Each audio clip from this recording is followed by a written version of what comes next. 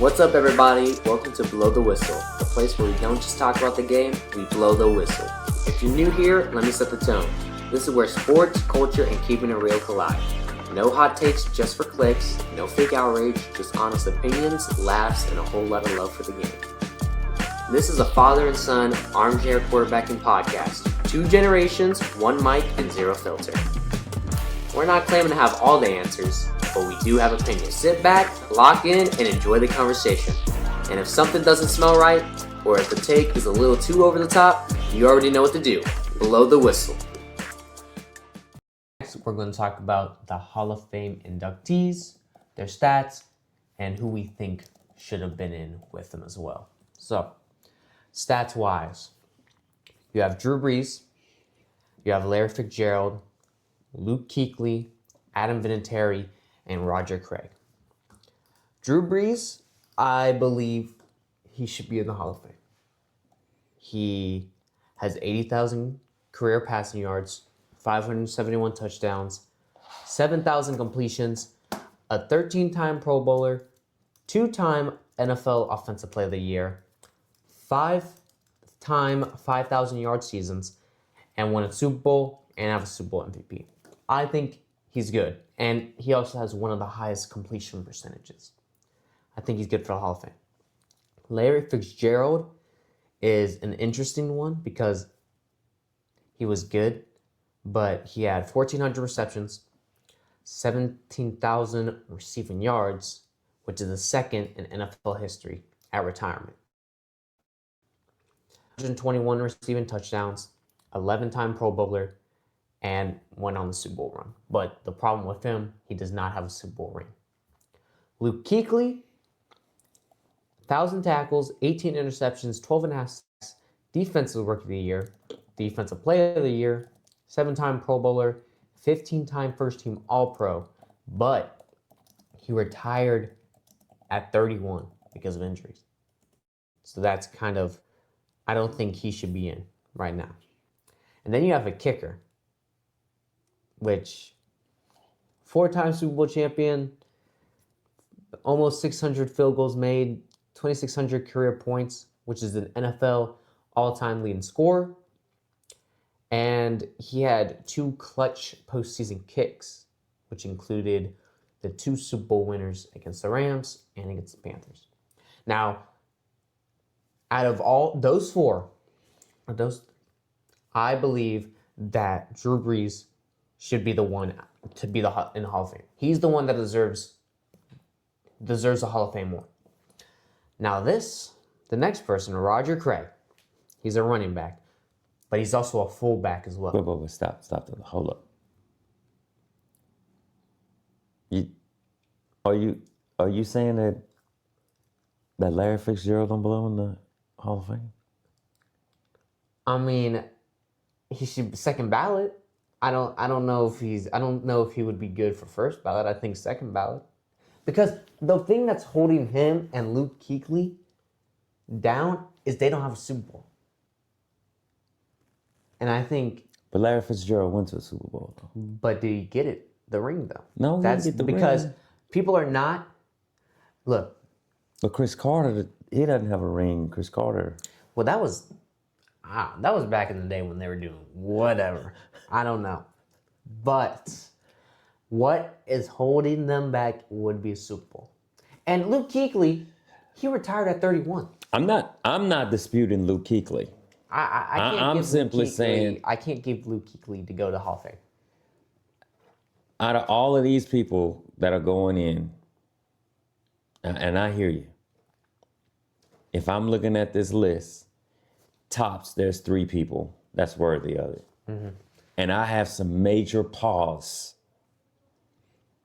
on a few of them.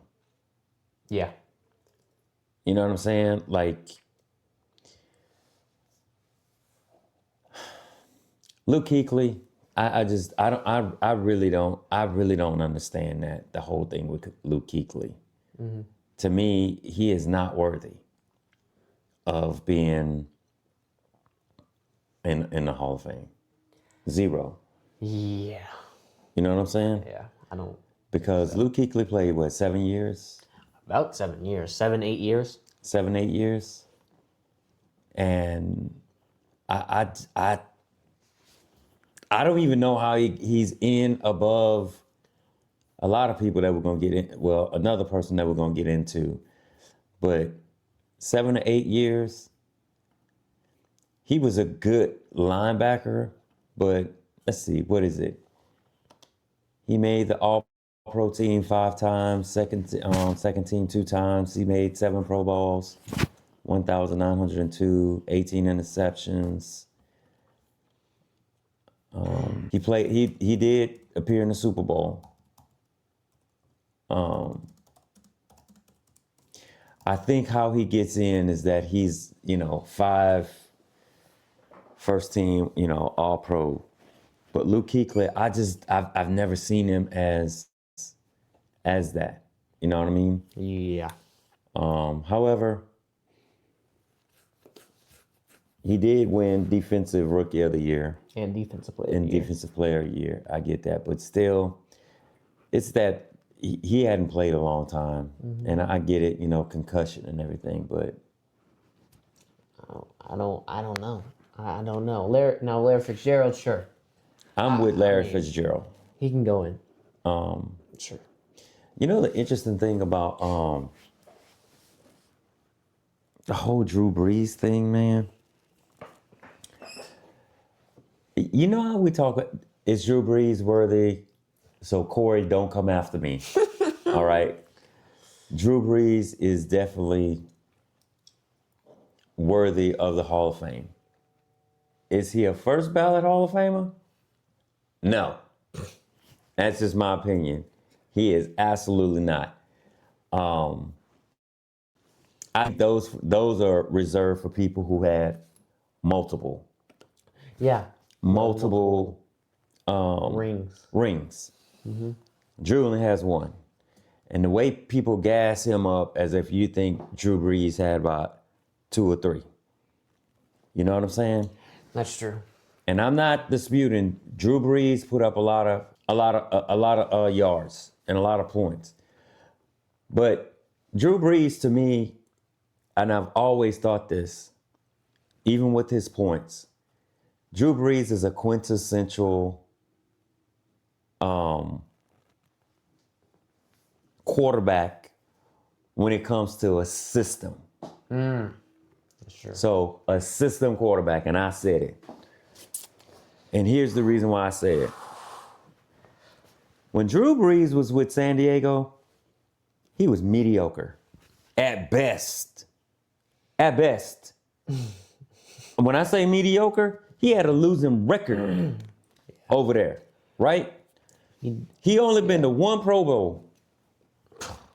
He wasn't what you even consider. He was, I guess you can say he was a franchise quarterback in San Diego, right? Yeah.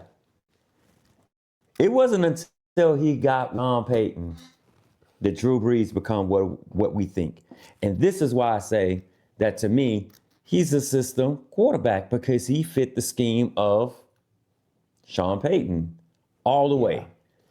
And Sean Payton built an offense that pretty much emphasized anticipation and timing. That was his thing. And when he was in Dallas, we know, because, and this to prove my point,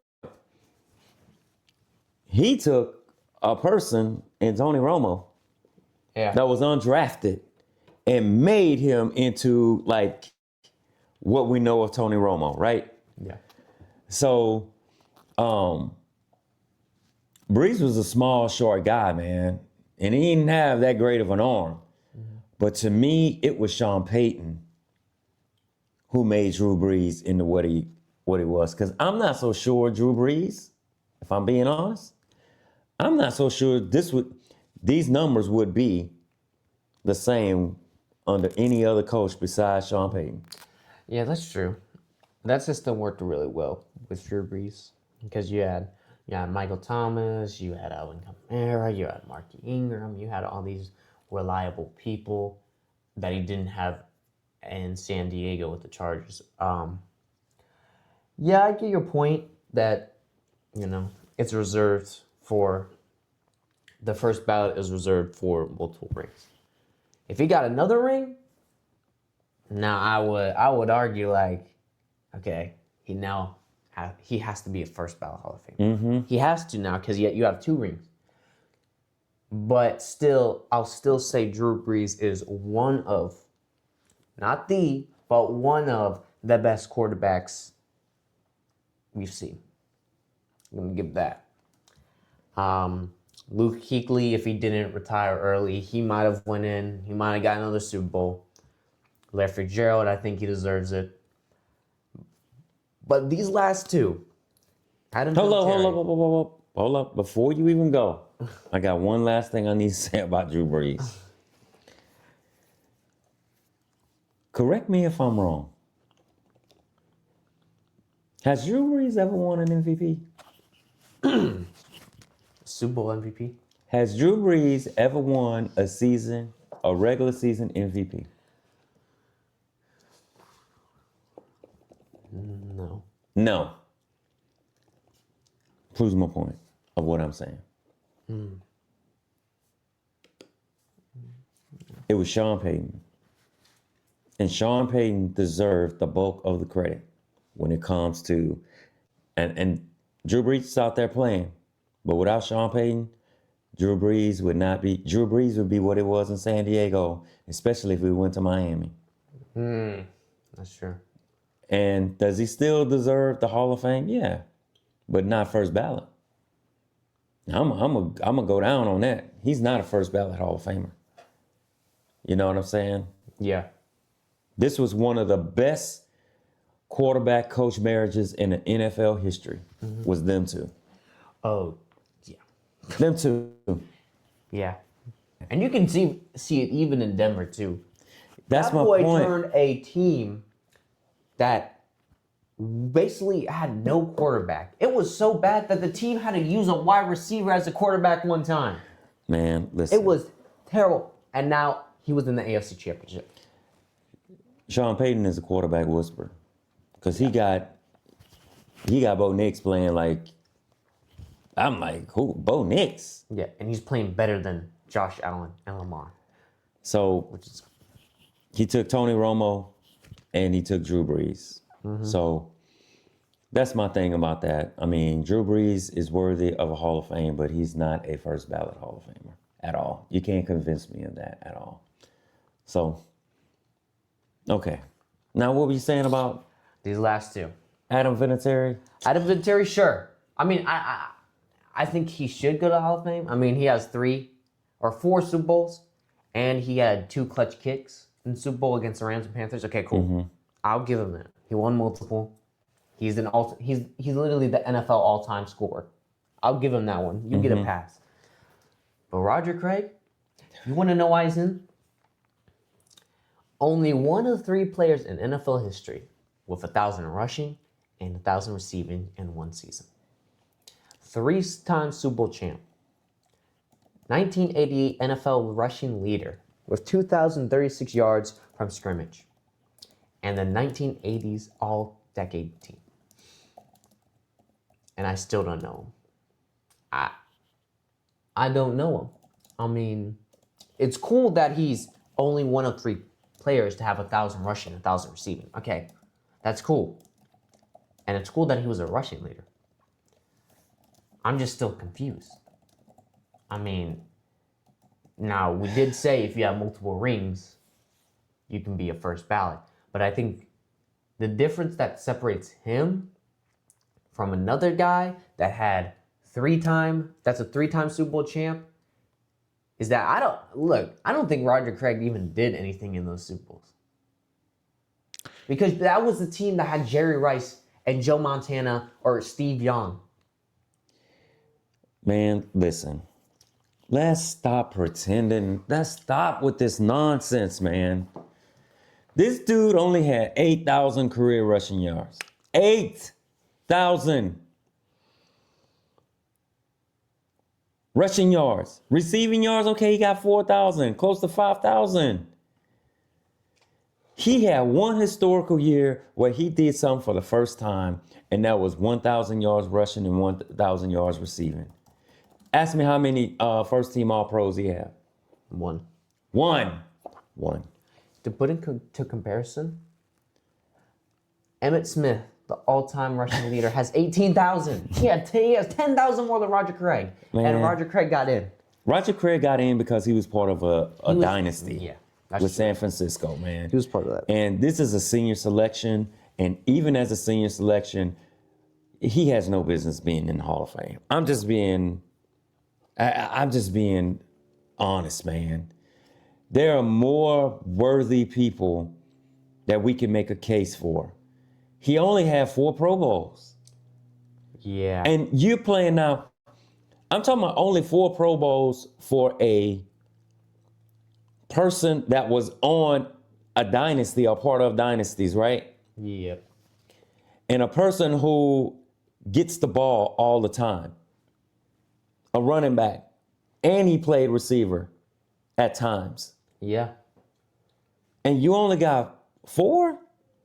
Man, that's just me, in my opinion. I don't know. It's not enough.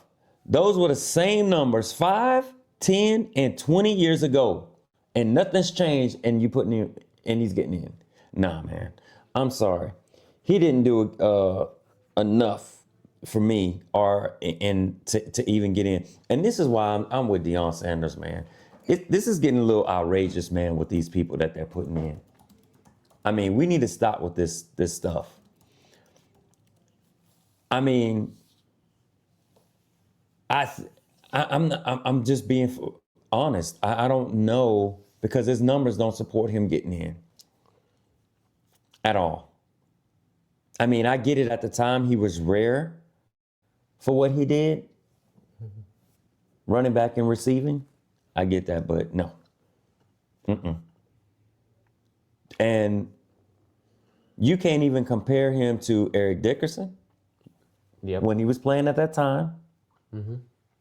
You can't even compare him to Marcus Allen. And you darn sure can't compare him to Walter Payton. No. So, was he important for his team? Yes. Was he versatile? Yes. Yes. But he was rarely dominant. I remember. He wasn't. He was on a great. And listen, this is not his fault. He was on a great team. He did his part. Yeah. And everybody got a part to play. But everybody ain't got a part in the Hall of Fame. Yeah. So that's what I'm going to leave it at that. Now, for some people, I think that should already at least be in the Hall of Fame. I got 2 selections, and you know, I got Jason Witten, since you know. Oh my goodness. Jason Witten was up for it, huh? Yeah, he was. And look at the stats. 13,000 receiving yards, 74 touchdowns. At retirement, Witten ranked 2nd all-time among tight ends in both receptions, receiving yards, and 4th in overall NFL receptions.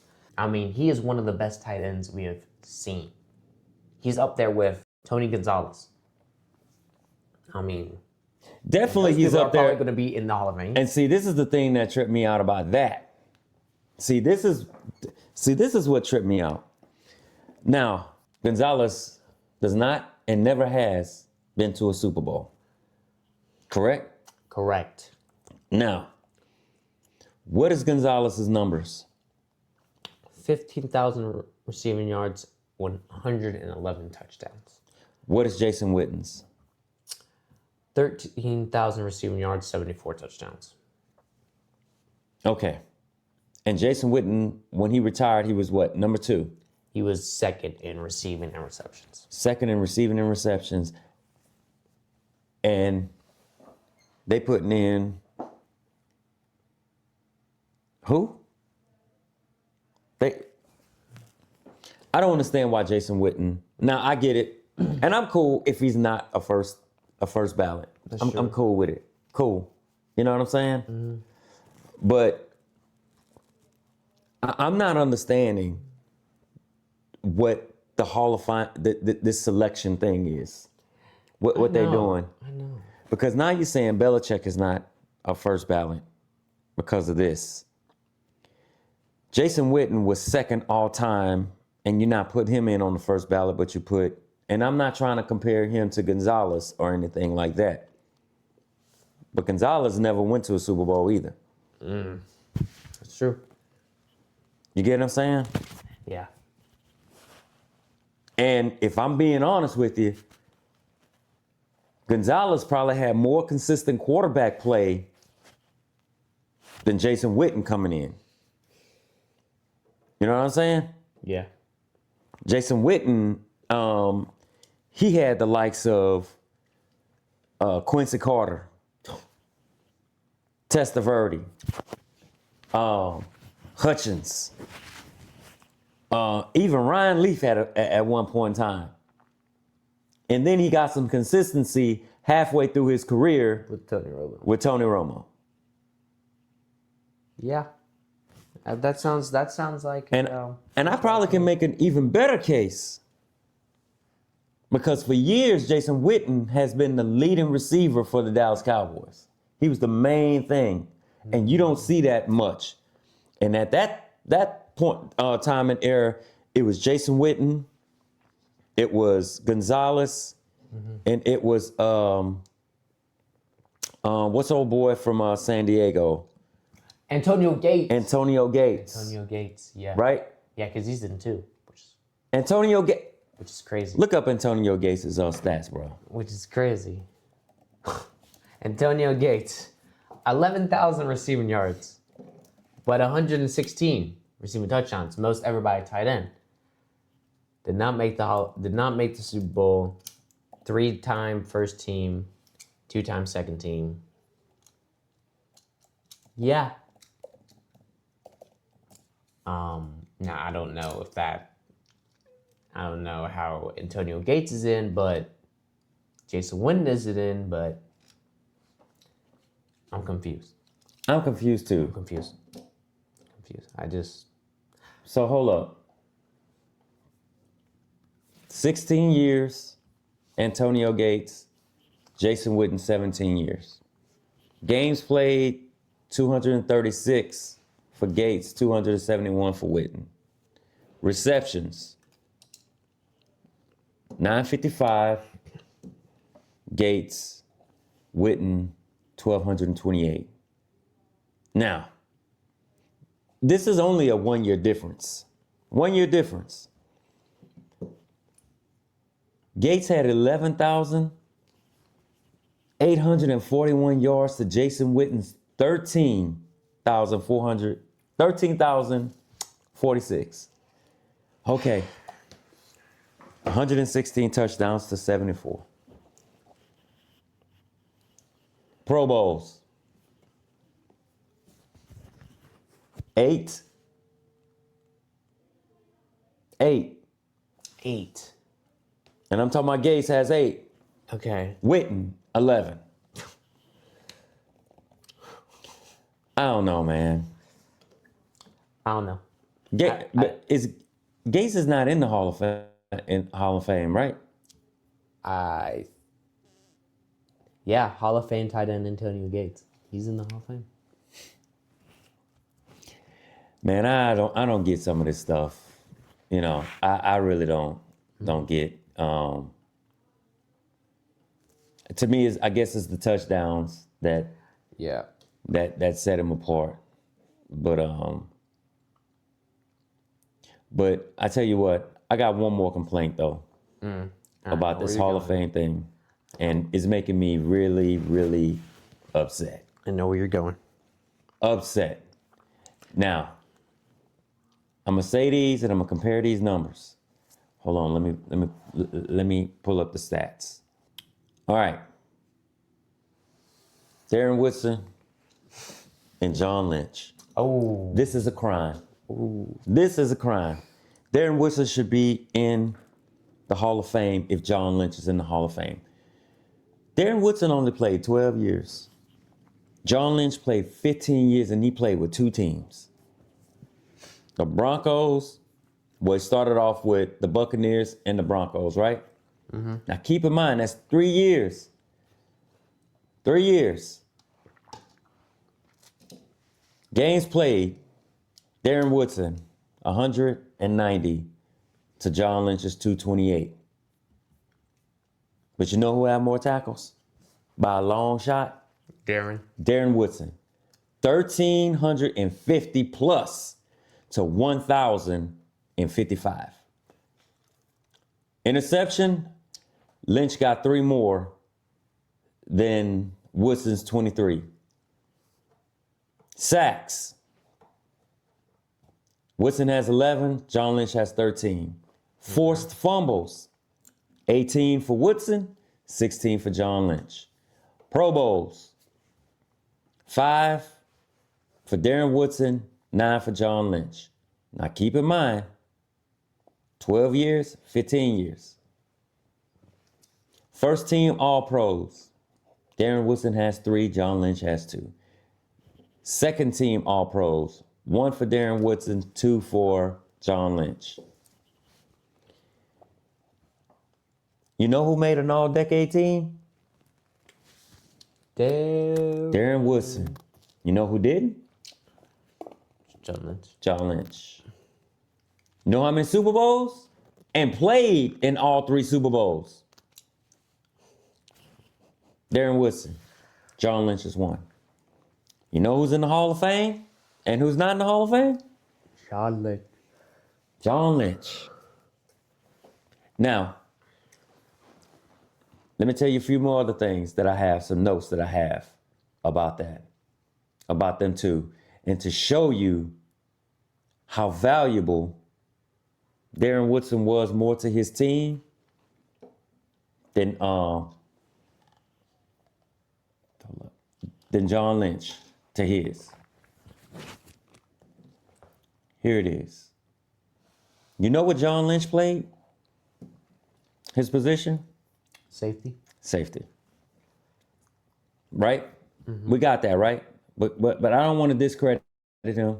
So let me make sure I get all the stuff about John Lynch. John Lynch was your typical safety. Mm. He hit hard and everything else. You know what Darren Woodson had to play? Every position. Darren Woodson, they classified him as a safety. You couldn't even classify him as a strong safety or a free safety because he was interchangeable throughout games, right? Mm. He was a box safety. Not only that, do you know he was a slot defender? He covered the slot man on man, man to man. He was a blitzer, and he was always the quarterback spy for running quarterbacks. John Lynch wasn't that. Nope. He was an open field tackle. And when I tell you Woody brought the lumber, Woody brought the lumber.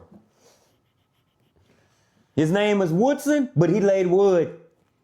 He would pop the you know what out of you. Darren Woodson did not play, man. He did everything in an area when safeties were expected to just survive and not dominate. This man dominated defenses. Mm-hmm. I'm telling you that. Yeah. Do you know that check this out. Do you know what position Darren Woodson played at Arizona State? No. Most people think he played safety at Arizona State. He played linebacker? He was a linebacker that they converted to a safety, a strong safety. You get what I'm saying? Yeah. I mean, and he's been, top that off, he's been to 3-1-3. Yes. And Woodson remains the Dallas Cowboys' all-time leading tackler and was one of the most versatile and impactful safeties of the 1990s defensive era. If that sentence right there does not convince you that Darren Woodson should be in the Hall of Fame right now, or should have been in, I don't know what to, you took my words. He was the spine of the Dallas Cowboys defense. You get what I'm saying? He was the communicator. He was the tone setter. He was the trend setter. This man was everything when you start talking about defense, man. You know, I don't know. Darren Woodson cleaned up everything on the defense, man. This man he wasn't flashy and there was no controversy. This man wasn't loud about anything. You know what I'm saying? But I tell you what he did. He tackled everybody. He did that. He showed up every week and the man won championships. So What more can you ask? I don't understand, and I don't know if this is just cowboy fatigue or what. Meaning, too many Cowboys are in. I don't know. You know, when Say the same thing about the 49ers. But anyways. well, you can't now with putting Roger Craig in there. I don't. And that's the thing. Like I'm like, whoo. I'm not taking anything away from John Lynch, but you cannot put John Lynch in and leave Darren Woodson out. You just can't. You can't do that. This man was all decade, all pros, Pro Bowl, Super Bowl, everything with a bowl on it. That's what Darren Woodson was. Exactly. First team, second team. And I'm gonna tell you something too, man. If you ever see this dude, and I know people do, that dude has $1 million smile. That dude's always smiling, and when he smile, man, I'm talking. And not only that, the dude is ultra successful in business right now. And I get John Lynch, and that's probably what John Lynch is. He's been around football, GM, and all that stuff, and that could have added on to it. But Darren Woodson, man, this is a crime that this man is not in the Hall of Fame right now. Crime. Yeah. Because if Darren Woodson played football today, he'd be called a high. You couldn't even classify him what he'd do. He's like your ultimate chess piece. A defensive weapon that can literally play. He's a queen. He can play everywhere. He can go here. He can go here. You can literally put Darren Woodson at the time. You can literally line Darren Woodson up. I'm not saying all the time, but you can put Darren Woodson at defensive end and tell him go get it. You can put him at linebacker. You can put him even. Man, y'all crazy, man. This dude could be an outside linebacker, and there's times that he could have played the mic. He could play cornerback because he played in the slot in both safety positions. Man, these people are crazy, man. I don't understand how you're leaving out one of the most diverse defensive players in the NFL history. I don't get it. But again, that goes to show you. Obviously, they don't know what they're doing because Bill Belichick is not a first-ballot Hall of Famer. You put Drew Brees in as a first-ballot Hall of Famer, which I don't understand that. He is a Hall of Famer, but not first-ballot. You're putting Kuechly in. The dude didn't even play along. I give up, man. But anyway.